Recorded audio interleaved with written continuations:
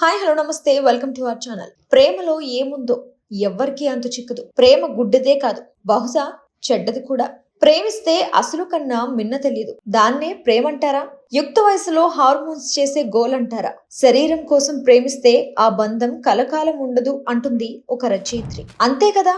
ఆ శరీరంలో వేడి తగ్గిపోయాక తల్లిదండ్రులను ఎంత క్షోభ పెట్టామో అర్థమవుతుంది. సరే, ఆ విషయం పక్కన పెడితే తమకంటే తక్కువ కులస్తుని పెళ్లి చేసుకుంటే కూతురును నిందించాలి లేదా కూతురుకు శిక్ష వేయాలి, గాని ఇలా కూతురు ప్రేమించిన వాడిని చంపేయడం ఎంతవరకు సబబు?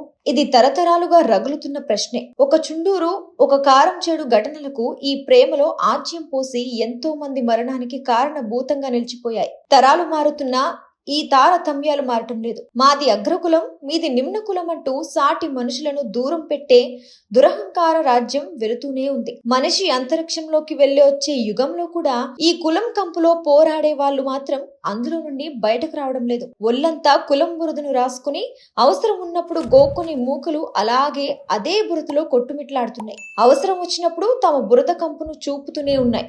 మొన్నటికి మొన్న తమ మనవరాలు ఒక ఎస్సీ కులస్తుని పెళ్లి చేసుకుందని ఒక ముసలావిడ ఆమె మనవలతో కలిసి ఆ కుర్రాడిని అత్యంత దారుణంగా చంపించింది. ఆ ఘటనతో ఆమెతో పాటు కుమారుడు, 2 మనవళ్లు అంతా కూడా జైలుకు వెళ్లి కూర్చున్నారు. ప్రశాంతంగా ఉన్న తమ జీవితాలను అతలాకుతలం చేసుకున్నారు. కులం మహమ్మారి ఎప్పుడు అంతమవుతుంది?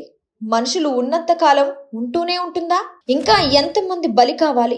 ఈ ధోరణి మారదా? హత్య చేయడం తప్పని తెలిసినా కూడా, తప్పకుండా శిక్ష పడుతుంది అని తెలిసినా కూడా ఎందుకింతగా తెగిస్తున్నారు? ప్రణయ్ హత్య కేసులో దోషులకు శిక్ష పడ్డా కూడా ఇలాంటి సంఘటనలు జరగవనే గ్యారంటీ లేదు.